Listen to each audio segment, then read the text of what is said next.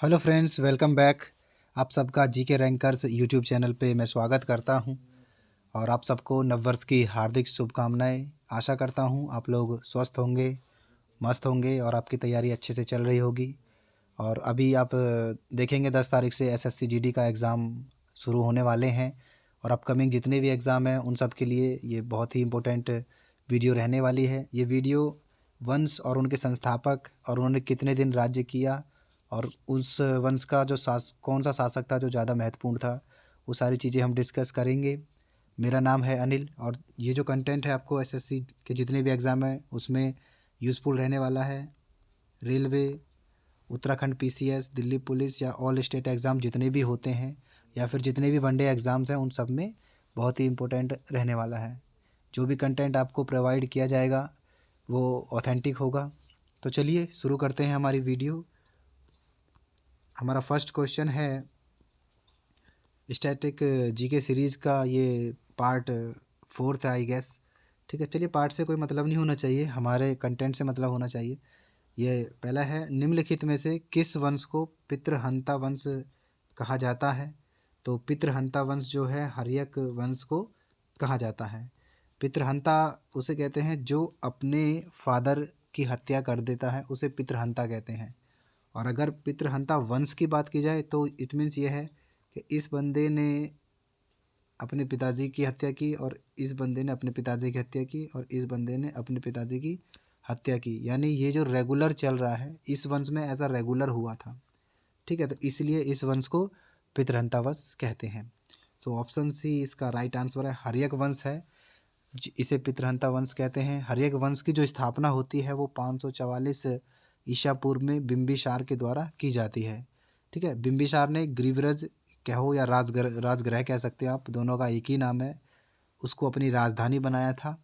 और इसके जो प्रमुख शासक रहे थे वो बिंबिसार, अजातशत्रु, उदयन और नागदासक।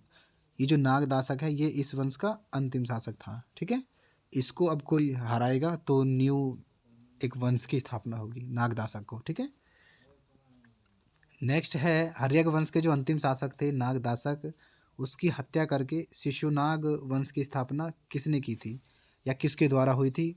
तो जो शिशुनाग वंश की स्थापना हुई थी शिशुनाग के द्वारा हुई थी। ऑप्शन बी इसका राइट आंसर है। शिशुनाग वंश जो है इन्हीं के नाम पे इस वंश का नाम भी पड़ा है और इस वंश की जो स्थापना होती है वो लगभग 412 ईसा पूर्व से, और जो कार्यकाल था इसका 345 ईसा पूर्व तक रहा था। अभी एक डाउट क्लियर कर देता हूँ मैं आपको। आप सोच रहे होंगे सर ये 412 पहले आ रहा है फिर 345 है, इसका क्या मीन्स है? ये तो 345 पहले आना चाहिए था फिर 412 आता तो समझ में आता है।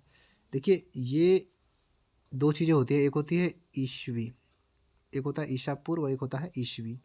ठीक है, जो ईसा पूर्व होता है उसको बोलते हैं बीसी, बिफोर क्राइस्ट, और जो लोग ईसा मसीह को नहीं मानते हैं वो बोलते हैं बिफोर द कॉमन इरा। ठीक है, या BCE भी लिखा होता है कहीं कहीं, तो उसका मतलब है ईसा पूर्व। ठीक है, इसमें चीज़ें उल्टी चलती हैं। जैसे सपोज़ करो आज मैं बोल दूँ 500, अब मैं कहूँ आपसे कि 500 से पहले कौन सा वर्ष था तो आप 501 कहेंगे ईसा पूर्व के हिसाब से। लेकिन अभी हम जो चल रहे हैं एडी में चल रहे हैं यानी ईस्वी में चल रहे हैं, ये चीज़ें सीधी चलती हैं। तो मैं कहने लग, अगर मैं एडी में पूछने लगा ईस्वी में तो आप कहेंगे सिर्फ 500 के बाद 501 आएगा और 500 से पीछे 499 आएगा। ठीक है, तो ईस्वी और ईसा पूर्व में ये अंतर है। तो ये बात ईसा पूर्व की हो रही है, लेकिन चीज़ें ये बिल्कुल सही हैं। आप इसको कंसिडर करेंगे ईयर वही आएगा। आप इसमें 45 प्लस कर देंगे तो ये हो जाएगा 90 और 10 प्लस कर देंगे तो 100, यानी 55 वर्ष ये और 12 वर्ष ये, लगभग 67 साल तक इस वंश ने राज किया था, हर्यक वंश ने। फिर इस वंश को हराने के बाद जो है शिशुनाग वंश की स्थापना होती है और इसका जो शक्तिशाली शासक था वो इन्होंने गिरिब्रज को राजधानी बनाया था। और इसका शक्तिशाली शासक कह सकते हैं आप या फिर उसे जो है वो भी कह सकते हैं, क्या बोलते हैं, शक्तिशाली या महत्वपूर्ण शासक जो था इस वंश का ये ही था, शिशुनाग ही था जो इसका संस्थापक था। वो ही इनका जो है शक्तिशाली शासक भी माना जाता है इस वंश का। ठीक है, और इन्होंने जो राजधानी थी गिरिव्रज नहीं थी, गिरिव्रज से हटा के इन्होंने वैशाली नगर को अपना राजधानी बनाया था। ओके, और ये इसके जो हैं राजा रहे थे महाराजा शिशुनाग हैं, लगभग 18 वर्ष था। महाराजा काकवर्ण हैं, इन्होंने भी 18 वर्ष तक राज किया है। क्षेम धवन वर्धन है जो भी हैं ये, इन्होंने 12 वर्ष तक, और छद्रोस ये 10 वर्ष है, और नंदीवर्धन 6 वर्ष, और महानंदी 4 वर्ष। ठीक है, ये पीपीटी जो है, ये पीडीएफ जो है आपको टेलीग्राम चैनल पे मिल जाएगा, लिंक आपको डिस्क्रिप्शन में मैं डलवा दूंगा, आप वहाँ से इसका जो है पीडीएफ डाउनलोड कर सकते हैं। ठीक है, न्यू वंश है नंदवंश। नंदवंश के जो संस्थापक थे वो कौन थे? महापद्मानंद थे नंदवंश के संस्थापक। तो ऑप्शन जो है बी इसका राइट आंसर है। नंदवंश की स्थापना देखिए वहाँ पे 345 तक था, राइट। ये देखिए 344 में इसकी स्थापना होती है। 344 में महापद्मानंद जो है इस वंश की स्थापना करते हैं, और इस नंदवंश की जो राजधानी थी वो पाटलिपुत्र थी। ठीक है, और ये कहीं कहीं इसको घनानंद लिखा आ रहा है और कहीं कहीं धनानंद है, तो कन्फ्यूज़न मत होना, एक ही बात है, इस पर कंट्रोवर्सी वाला कोई इशू नहीं है। ठीक है, एक ही व्यक्ति है इतिहास में इस नाम का, ये भी याद रखना। तो घनानंद जो है नंदवंश का सबसे क्रूर शासक माना जाता है। क्रूर उसे कहते हैं जो जो निर्दयी हो, घमंडी हो, ये पैसे इकट्ठे करने वाला शासक भी माना जाता है। इसको पैसा चाहिए था बस। ठीक है, इसने जो आचार्य चाणक्य हैं उनको की भी बेइज्जती की थी, और सिकंदर ने जब आक्रमण किया था भारत में तब इसका शासनकाल ही था। ठीक है, इसकी एक प्रसिद्ध रचना है सुजात हित।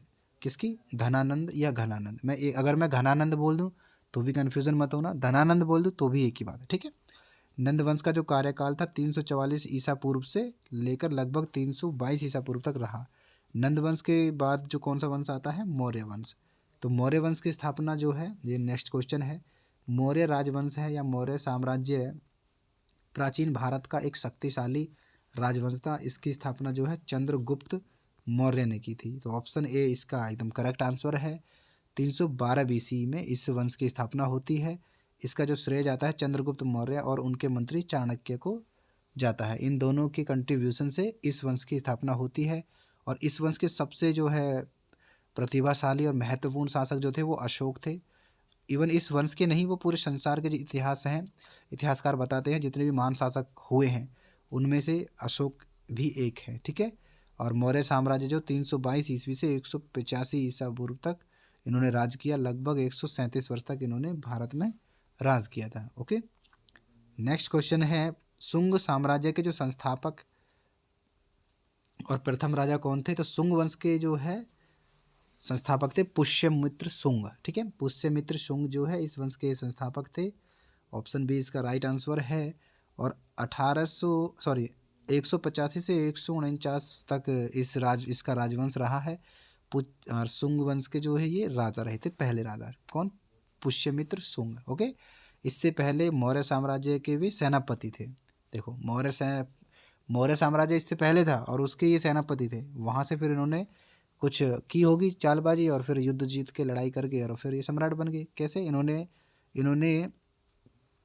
185 लिखा है हिंदी में। ठीक है, 185 ईसा पूर्व में पुष्यमित्र ने अंतिम जो है सम्राट थे बृहद्रथ को का वध कर दिया, देखा, और खुद को राजा घोषित कर दिया, और एक नए वंश की स्थापना कर दी। कौन सा वंश? शुंग वंश। ओके, नेक्स्ट क्वेश्चन है, शुंग वंश के भी अंतिम शासक थे देवभूति। किस मंत्री ने उनकी हत्या करके एक नए वंश की स्थापना कर दी? ठीक है, हिस्ट्री में आपको ये चीज़ें आपको जरूर देखने को मिलेंगी, ये अपने माइंड में सेट कर लेना। कोई भी नए वंश की स्थापना होगी तो या तो किसी की हत्या करके या किसी को भगा के या हटा के ही नए वंश की स्थापना होगी। ओके, तो छठवां क्वेश्चन है, शुंग वंश के जो अंतिम शासक थे देवभूति, उसको किस मंत्री ने उनकी हत्या कर दी और नए वंश की स्थापना कर दी है? तो कण्व वंश की स्थापना हुई थी। ठीक है, कण्व वंश की स्थापना होती है शुंग वंश के अंतिम शासक देवभूति को मारने के बाद। ठीक है, देवभूति के मंत्री वसुदेव ने उनकी हत्या करके सत्ता प्राप्त की और कण्व वंश की स्थापना कर दी। ठीक है, कण्व वंश 75 ईसा पूर्व से 30 ईसा पूर्व तक उन्होंने शासन किया है। इस वंश का जो अंतिम शासक था सुष्मिक कण्य या कण्व, अत्यंत अयोग्य और दुर्बल शासक था। अब कोई ना कोई से भी हरा देगा तो। और मगध क्षेत्र जो संकुचित होने लगा। कण्व वंश का जो साम्राज्य था वर्तमान बिहार से पूर्वी उत्तर प्रदेश तक सीमित हो गया था। पहले ही बहुत लंबा था, लेकिन ये जो शासक था इसका अंतिम, ये थोड़ा दुर्बल सा था, कमज़ोर सा था, तो चीज़ें एकदम कंट्रोल होती चली गई होंगी। जो शासक होंगे वो अपने क्षेत्र में अधिकार करते चले गए होंगे, और इनका जो राज क्षेत्र है वो कम होता चला गया होगा। फिर इनको नए वंश के किसी शासक ने हरा के नया वंश स्थापित कर दिया होगा। ठीक है। कण्व वंश के बाद उपरांत बोले तो बाद सातवाहन वंश की स्थापना किसने की थी?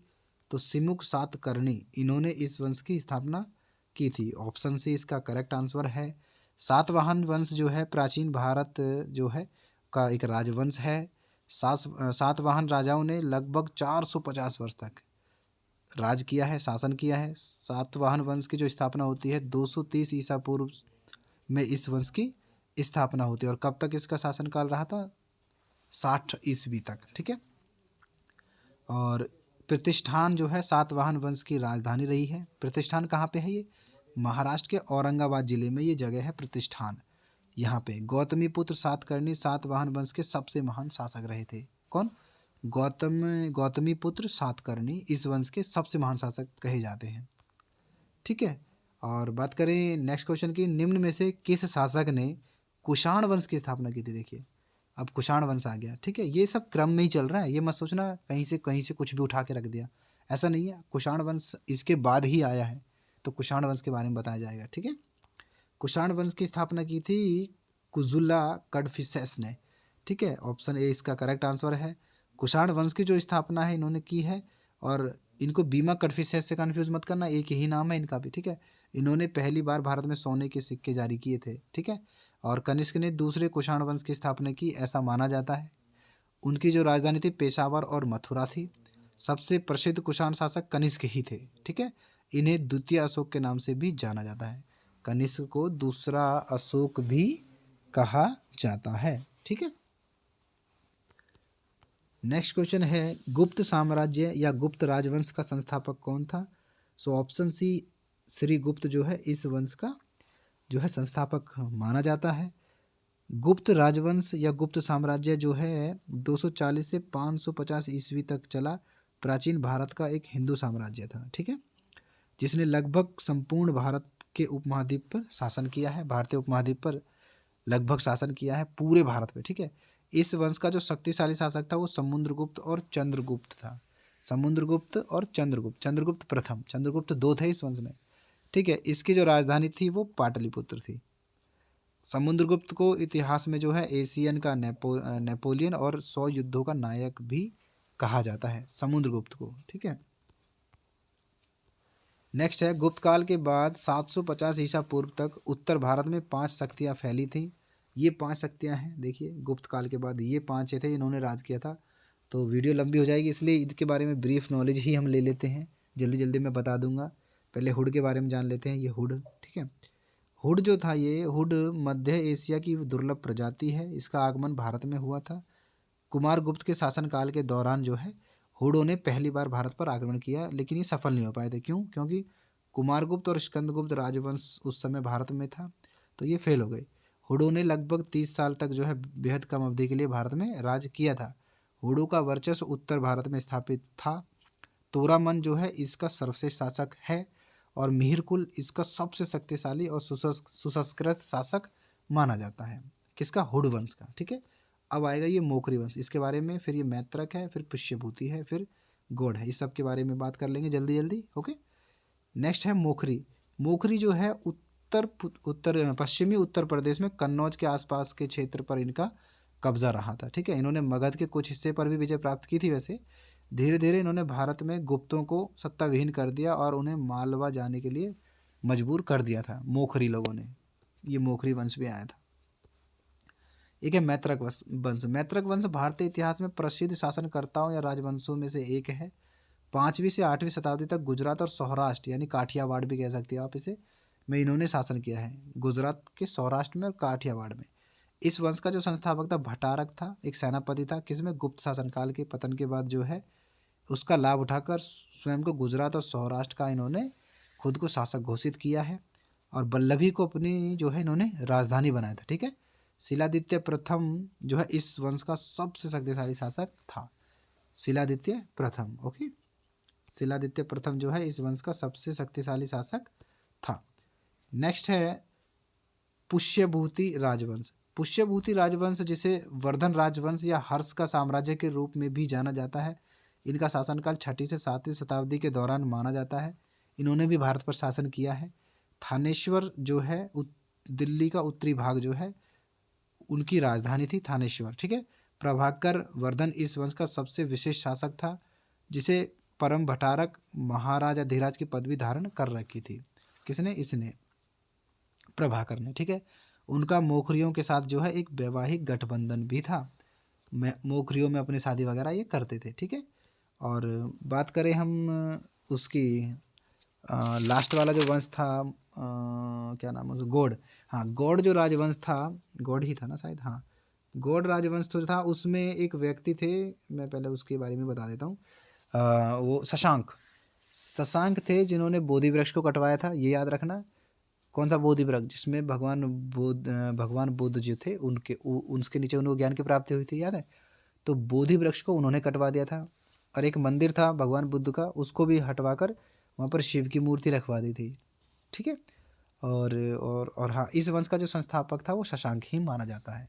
ये याद रखना, शशांक को बौद्ध धर्म से लगभग नफरत थी, इसीलिए उन्होंने बुद्ध की जो मूर्तियाँ थी उनको भी हटवा दिया था। ठीक है, नेक्स्ट क्वेश्चन है, पाल राजवंश। पाल राजवंश के संस्थापक कौन थे? पाल राजवंश के जो संस्थापक थे वो गोपाल प्रथम थे। ठीक है, ऑप्शन जो है ए इसका राइट आंसर है, गोपाल प्रथम इस राजवंश के जो है संस्थापक थे। अरे इसको कट करो। हाँ, पाल साम्राज्य मध्यकालीन उत्तर भारत का सबसे शक्तिशाली और महत्वपूर्ण साम्राज्य माना जाता है। इनका शासनकाल 750 ईस्वी से 1174 ईस्वी तक चला। ठीक है, पाल वंश की जो राजधानी थी बिहार, यानी मुंगेर जो है बिहार में पड़ता है। ठीक है, और मुंगेर इनकी राजधानी थी। धर्मपाल ने जो है नालंदा विश्वविद्यालय को पुनः स्थापित किया था। ठीक है, एक ये क्वेश्चन आता है कि नालंदा विश्वविद्यालय को फिर से किसने स्थापित किया था? तो वो धर्मपाल थे, और धर्मपाल ने ही विक्रमशिला विश्वविद्यालय की स्थापना की थी। ठीक है, धर्मपाल को महाराजा धीराज, परमेश्वर और पट्ट भट्टारक जैसी उपाधियों उन्होंने धारण कर रखी थी, या उनके ये उपनाम थे, उन्होंने ये पदवियां धारण कर रखी थी। महाराजा धीराज, महाराजा धीराज और पट्ट भट्टारक। ओके, नेक्स्ट क्वेश्चन है, चाहमान वंश एक भारतीय राजपूत राजवंश था, इसका दूसरा नाम क्या है? इसका दूसरा नाम है चौहान वंश। ऑप्शन जो सी है इसका राइट आंसर है। ये वही चौहान वंश है जिसमें पृथ्वीराज चौहान जो है इसके महान शासक माने जाते हैं। पृथ्वीराज तृतीय बोलते हैं इनको, पृथ्वीराज थर्ड। ठीक है, इसमें 3 पृथ्वीराज थे, तो ये थर्ड वाले थे जो सबसे महान शासक माने जाते हैं। इस राजवंश की स्थापना राजा वसुदेव चौहान ने की थी, और चौहान इसके प्रतापी राजा माने जाते हैं। चौहान ने एक तराइन का जो पहला युद्ध था मोहम्मद गौरी के साथ किया था, याद है?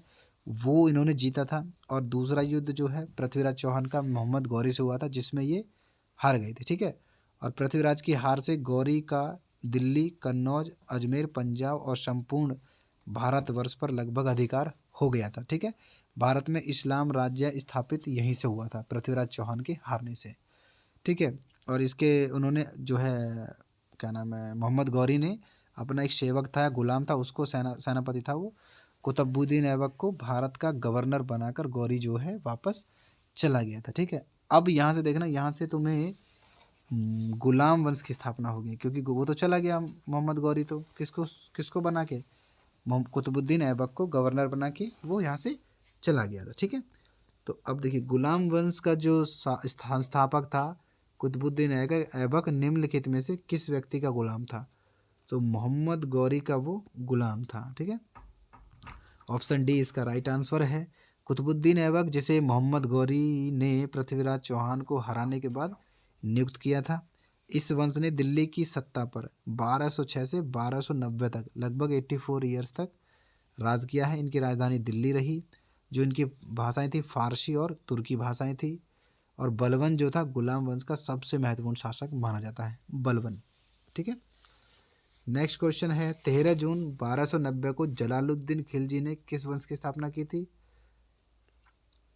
जलालुद्दीन खिलजी ने, फिरोज जलालुद्दीन खिलजी इनका पूरा नाम है, इन्होंने खिलजी वंश की स्थापना की थी। ठीक है, जलालुद्दीन फिरोज खिलजी ने सुल्तान कैकूबाद और सुल्तान क्यूमरस की हत्या करके खिलजी वंश की स्थापना की है। इन्हें सरे जहांदार और शाही अंगरक्षक जैसी पद धारण इन्होंने कर रखे थे। जलालुद्दीन की उम्र 70 वर्ष की थी जब सुल्तान बने थे, यानी सबसे वृद्ध जो है सुल्तान बनने वाले व्यक्ति जलालुद्दीन फिरोज खिलजी ही थे। ठीक है, और अलाउद्दीन खिलजी जो है इसका सबसे प्रसिद्ध और योग्य शासक माना जाता है, अलाउद्दीन खिलजी। ठीक है, नेक्स्ट क्वेश्चन है, किस वंश को दिल्ली की सत्ता से हटाकर तुगलक वंश की स्थापना की गई थी? कौन सा वंश है जिसको हटा दिया फिर तुगलक वंश की स्थापना हुई है? तो ऑप्शन जो है इसका डी राइट आंसर है, खिलजी वंश को हटाकर तुगलक वंश की स्थापना हुई थी। ओके, तुगलक वंश दिल्ली सल्तनत का एक राजवंश था जिसे 1320 से लेकर 1414 तक दिल्ली की सत्ता पर इन्होंने राज किया है। सिंचाई के लिए नहर का निर्माण गयासुद्दीन तुगलक के द्वारा कराया गया था। दिल्ली सल्तनत में सर्वाधिक नहर का जो निर्माण फिरोज शाह तुगलक ने किया था। ठीक है, इस वंश में जो 3 शासक जो योग्य शासक थे वो गयासुद्दीन तुगलक, मोहम्मद बिन तुगलक और फिरोज शाह तुगलक थे। नहर का जो सिंचाई परियोजना वाले कार्य थे, नहर निर्माण के सारे कार्य जो है इन्हीं तीनों तीनों शासक ने करवाए थे, और जो शुरुआत की थी वो गयासुद्दीन तुगलक ने की थी। ठीक है, सैयद वंश ने किस वंश को समाप्त कर दिल्ली प्रशासन प्राप्त किया था? तो तुगलक वंश को हराने के बाद सैयद वंश की स्थापना जो है होती है 1414 ईस्वी में खिज्र खान की सहायता से, यानी खिज्र खान ने इस वंश की स्थापना की है। इस राजवंश में कुल 37 वर्षों तक राज किया है। अलाउद्दीन आलम शाह जो है सबसे अधिक समय तक उसने शासन किया था। सैयद वंश की जानकारी पर एक ऐतिहासिक ग्रंथ है तारीख मुबारक शाही।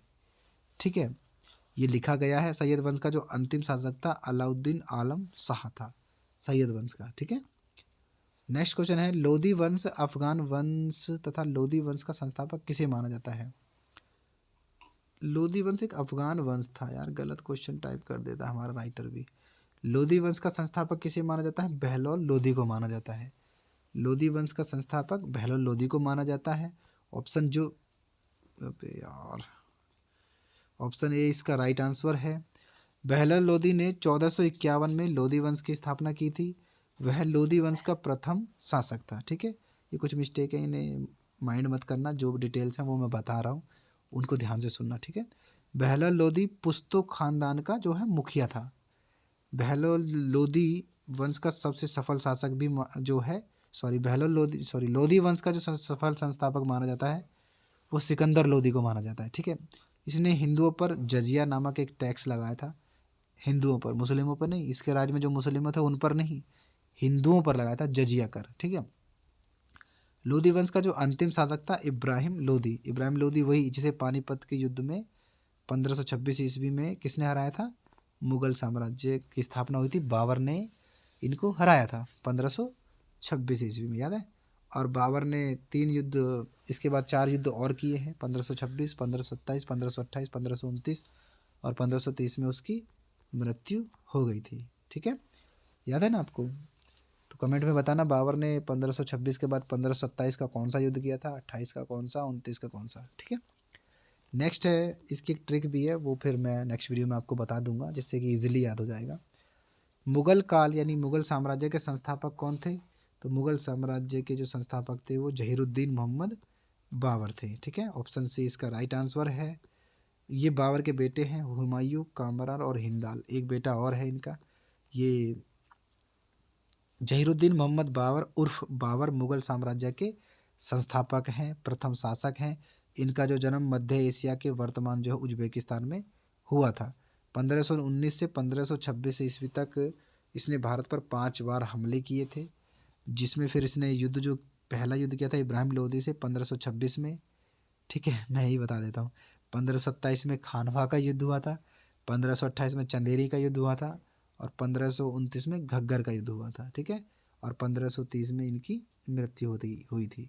यानी ये ऐसे शासक थे अपने सारे युद्ध जीते थे, 1526वां, 27वां, 28वां, 29वां और 30वां। ठीक है, 30 में सॉरी मरे एक्सपायर हो गए थे। ठीक है, पानीपत, खानवा, चंदेरी और घग्गर।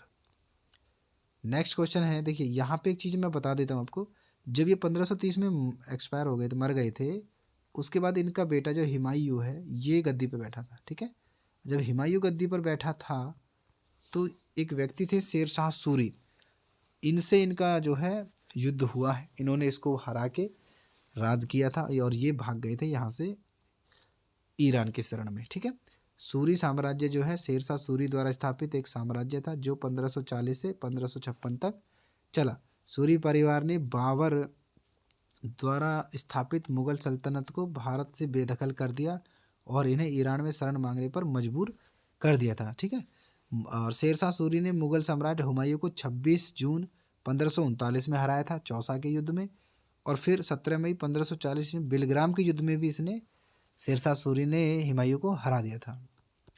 ठीक है, और शेरशाह सूरी से कुछ संबंधित कुछ फैक्ट और हैं। देखिए, शेरशाह एक लंबी सड़क का नाम है जिसे आज सड़क ए आज़म, जो अब जो है क्या किस नाम जाना जाता है, ग्रैंड ट्रंक रोड के नाम से इसे जाना जाता है। इसी ने ही बनवाई थी ये रोड। ठीक है, शेरशाह का जो वित्त मंत्री था वो राजा टोडरमल थे। शेरशाह का मकबरा सासाराम है, बिहार में है। शेरशाह का मकबरा कहाँ पे है? सासाराम में, बिहार में। ठीक है, शेरशाह ने पाटलिपुत्र को पटना नाम से फिर से स्थापित किया था। पाटलिपुत्र को पटना दोबारा से इन्होंने ही स्थापित किया था। ठीक है, शेरशाह ने ही देश की सारी जमीन का सर्वेक्षण करवाया था पहली बार। ओके, और शेरशाह के बचपन का नाम फरीद था। शेरशाह को शेरशाह क्यों कहा जाता है? क्योंकि इसने बचपन में एक शेर को मार दिया था अपनी जान बचाने के लिए। ठीक है, सो यहाँ पे हमारी वीडियो एंड होती है। आई होप आपको कंटेंट पसंद आया होगा। सो प्लीज़ रिक्वेस्ट है आपसे, चैनल को सब्सक्राइब कर लेना और इस बेल आइकन को ज़रूर दबा लेना, इसको ऑल पे सेट कर देना। ठीक है, और thanks for your love and support, thanks for watching. Please video को शेयर करना और सब्सक्राइब ज़रूर करना। ठीक है, मिलता हूँ नेक्स्ट वीडियो में, तब तक बाय बाय, टेक केयर।